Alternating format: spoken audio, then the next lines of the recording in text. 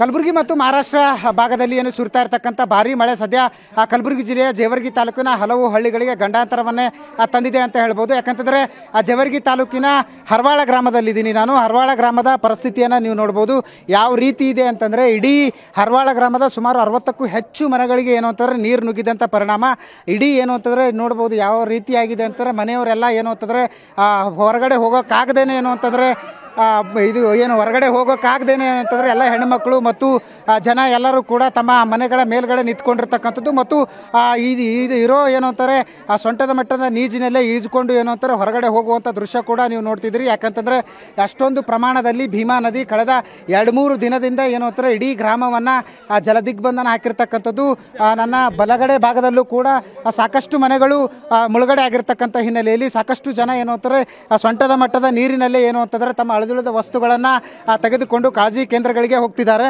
ಏನು ಅಂತಾರೆ ಸಾಕಷ್ಟು ಜನ ಏನು ಅಂತಾರೆ ಇಲ್ಲಿ ಸಂಕಷ್ಟವನ್ನು ಎದುರಿಸ್ತಕ್ಕಂಥದ್ದು. ಸುಮಾರು 60ಕ್ಕೂ ಹೆಚ್ಚು ಮನೆಗಳು ಈ ಭೀಮಾ ನದಿಯಿಂದ ಮುಳುಗಡೆ ಆಗಿರ್ತಕ್ಕಂಥ ಹಿನ್ನೆಲೆಯಲ್ಲಿ ಸಹಜವಾಗಿ ಏನು ಅಂತಂದರೆ ಇಲ್ಲಿನ ಜನ ಸಾಕಷ್ಟು ಸಂಕಷ್ಟಕ್ಕೀಡಾಗಿರ್ತಕ್ಕಂಥದ್ದು. ನಾನು ಖುದ್ದು ಈ ಒಂದು ಗ್ರಾಮದ ಏನು ಅಂತಂದರೆ ಅವರು ಅಜ್ಜಿ ಇದ್ದಾರೆ, ಅವ್ರನ್ನ ಕೇಳ್ತೀನಿ ಎಷ್ಟು ದಿನದಿಂದ ಅವ್ರ ಮನೆಯಲ್ಲಿ ನೀರು ಹೋಗಿದೆ, ಏನಾಯಿತು ಪರಿಸ್ಥಿತಿ ಅಂತ. ಅಮ್ಮ ಯಾವಾಗ ನೀರು ಬಂತು, ಏನೇನು ಹೋಗಿದೆ ನಿಮ್ಮ ಮನೆಯಂದು? ನಾವು ಎಲ್ಲ ಗಂಗಾಚರಿಗೆ ಹೋಗ್ಯಾವ್ರಿ, ಊಟ ಮಾಡಾವ್ರಿ, ಎಲ್ಲ ಹೋಗ್ಯಾವ್ರಿ, ಸಾಮಾನುಗಳು ಅನ್ನ ಇಲ್ರಿ, ಎಲ್ಲ ಜೋಳ ಬ್ಯಾಳಿ ಎಲ್ಲಾನು ಹರ್ಕೊಂಡು ಹೋಗ್ಯಾವ್ರಿ. ಈಗ ಇಷ್ಟೇನಿಲ್ಲ ಇವ್ರಿ 3-4 ದಿನದ ಹೊತ್ತೈತ್ರಿ ಹೊಟ್ಟಿಗೆ ಅನ್ನ ಇಲ್ರಿ. ಉಪವಾಸ ಕುಂತೀವ್ರಿ. ಈಗ ಸಾಲಿ ಕರ್ಕೊಂಡು ಹೋಗಿದ್ರಿ, ಈಗ ಊಟ ಮಾಡ್ರಮ್ಮ ಅಂದ್ರಿ ಮಾಡ್ತೀವ್ರಿ. ಒಂದು ಸ್ವಲ್ಪ ಸರ್ಗಳು ಬಂದಾರತ್ತ ಹೋಗಿ ಬರ್ತೀವಿ ಅಂತ ಬಂದೀವ್ರಿ. 3-4 ದಿನದ ಹೊತ್ತೈತಿ ನೋಡ್ರಿ, ಒಟ್ಟು ಊಟ ಇಲ್ಲ ಏನೇ ಇಲ್ರಿ. ಇಷ್ಟೇ ನೋಡ್ರಿ, ನಮ್ದು ಉಟ್ಕೊಳಕ್ ಬಟ್ಟೆ ಇಲ್ರಿ, ಹಾಸ್ಕೊಳಕ ಇದು ಇಲ್ರಿ. ಇಷ್ಟು ನಿಂತೀವಿ ನೋಡ್ರಿ, ಇಷ್ಟೇ ತೋರ್ಸ್ಕೊಂಡು ಮ್ಯಾಲ ಮಳಿ ಬುಡುಕ್ ಹೊಳಿ ಹ್ಯಾಂಗ ಮಾಡ್ಬೇಕ್ರಿ. ಸಣ್ಣ ಸಣ್ಣ ಮೊಮ್ಮಕ್ಕಳವ್ರಿ, ಮಕ್ಕಳಾರಿ, ಹಳೆದೇರಾರಿ, ಈ ಸಸ್ತೆರಾರಿ, ಹ್ಯಾಂಗ ಮಾಡ್ಬೇಕ್ರಿ? ಎಷ್ಟು ಜನಕ್ಕೆ ತಗೊಂಡು ಎಲ್ಲಿ ಹೋಗ್ಬೇಕ್ರಿ ನಾವು? ಅಲ್ಲ ಈಗ ಮನ್ಯಾಗ ಸಾಮಾನು ಎಲ್ಲ ಹೋಗ್ಯಾವ್ರಿ ನದಿಗೆ ಕರ್ಕೊಂಡು? ಹೋಗ್ಯಾವ್ರಿ ಸಾವು. ಈಗ ಇಲ್ಲಿ ಒಂದು ಬಂದದ್ ನೋಡ್ರಿ ಈಗ ಗಂಟ. ಈಗ ಏನು ಹೇಳ್ತೀರಿ ಈಗ ಸರ್ಕಾರಕ್ಕೆ? ಏನು ಹೇಳಮ್ರಿ, ಅವ್ರ ಕಡೆ ಕಲಿತ್ರಿ. ಅವ್ರ ಕಡೆಗೆ ಪುಣ್ಯ ಮಾಡಿದ್ರ ಮಾಡಲ್ಲಕ್ರಿ, ಮಾಡಿಲ್ಲಪ್ಪ ಅಂದ್ರೆ ಇಲ್ರಿ. ನಾವು ಮತ್ತೆ ಏನು ಮಾಡೋದ್ರಿ, ಬೇಡಿಕೆ ಇಟ್ಟು ಬೇಡ್ಕೋತೀವ್ರಿ, ಏನ್ಯಾಕೆ ಮಾಡಲ್ಲಕ್ರಿ. ಉಳಿಸಿದ್ರ ಉಳಿಸಲಕ್ರಿ, ಉಳಿಸಲಿಲ್ಲಪ್ಪ ಅಂದ್ರೆ ಇಲ್ರಿ. ನಮ್ದೇನು ಜೋರಿಲ್ಲ ಜಬರಿಲ್ರಿ ಸರ್ಕಾರ ಮ್ಯಾಲ. ನಾವು ಮಕ್ಕಳು ಅವ್ರು ತಂದಿದ್ದೇವ್ರು, ನಮ್ ಉಳಿಸ್ಬೇಕಾಗ್ಯದ. ಮತ್ತೆ ಉಳಿಸ್ತಾರ ಏನು ಬಿಡ್ತಾರ್ರಿ, ಇಷ್ಟೇ ನೋಡ್ರಿ, ಮತ್ತೇನು ಬೇಡ್ಕೊ. ನಮ್ಮ ಜೊತೆ ಮತ್ತೊಬ್ರು ಇದ್ದಾರೆ.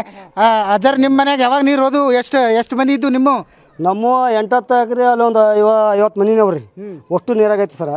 ಫುಲ್ ಜೋಳ ಗಿಳ ಎಲ್ಲ ತಿನ್ನಂಥ ಆಹಾರಗಳೆಲ್ಲ ಕಲಸ ಆಗ್ಬಿಟ್ಟು, ಮತ್ತು ದನ ಎತ್ತುಗಳು ಎಲ್ಲ ಭಾಳ ಪರಿಶಾನ ಐತಿ ಸರ. ಎಲ್ಲರೂ ನೀರಾಗ ರಾತ್ರಿನಿಂದನೂ ಕಾಯ್ತಾಯಿರ್ತೀವಿ, ನೀರು ಹಂಗೆ ಬರ್ತಾಯಿತ್ತು ರೀ. ಹಂಗೆ ಭಾಳ ಪರಿಶಾನದಾಗಿದ್ದೀವಿ ನೋಡಿ ಸರ. ಏನು ಅಧಿಕಾರಿಗಳು ಯಾರು ಬರ್ಲಾಗ್ತಾರಿಲ್ಲ, ನೋಡ್ಲಕ್ಕೆ ಬಿ ತಯಾರಿಲ್ಲ ಅವರು. ಸ್ವಲ್ಪ ಸರಿಯಾಗಿ ಎಲ್ಲರೂ ಪುಣ್ಯ ಮಾಡೋದು ಚಲೋ ಅದ. ಯಾರು ಕಾಪಾಡ್ತಾರೋ ಏನೋ, ನಾವು ಹೈರಾಣದಾಗಿದ್ದೀವಿ. ಈಗ ಅದು ಅವ್ರ ಕಡೆ ಕೂಡ್ತೈತೆ ಸರ. ಎಲ್ಲ ಈಗೆಲ್ಲ ಈಗ ಮನೆ ಮಕ್ಕಳು ಹೆಂಗ್ರಿ ಎಲ್ಲ ಪರಿಶೀಲನೆ ಅದ ಸರ. ಎಲ್ಲ ಹುಳಗಳು ಎಲ್ಲ ಬರ್ತಿರ್ತಾಯಿತ್ತು. ಎಲ್ಲ ಭಾಳ ಹೈರಾಣದಾಗ ಮಕ್ಕಳು ತೊಗೊಂಡು ಅಲ್ಲೇ ಕಾಯ್ಕೋತಿ ಕೂತ್ಬಿಟ್ಟಿವಿ ನಾವು. ಯಾರು ಬಂದಿಲ್ಲ ಇಲ್ಲಿ ಯಾರು ಬಂದಿಲ್ಲ ಸರ್ ಅಧಿಕಾರಿ. ಎಲ್ಲ ಸುಮ್ಮ ನಾವು ಹಗಲ ರಾತ್ರಿ ಸುಮ್ಮನೆ ನೋಡ್ಕೊತ ಕೂತೀವಿ, ಯಾರು ಬರ್ತಾ ಇಲ್ಲ. ಭಾಳ ಹೈರಾಣದಾಗಿದ್ದೀವಿ ಸರ್. ಅವರೇ ಅವ್ರ ಕಡೆಯಿಂದ ಏನು ಯಾರು ಕಾಪಾಡ್ತಾರೋ ಗೊತ್ತಿಲ್ಲ ನಮ್ಗೆ. ಪರಿಶೀಲನೆದಾಗಿದ್ದೀವಿ ಸರ. ಇವಿಷ್ಟು ಏನು ಅಂತಾರೆ ಇಲ್ಲಿನ ಗ್ರಾಮಸ್ಥರ ಮಾತುಗಳು.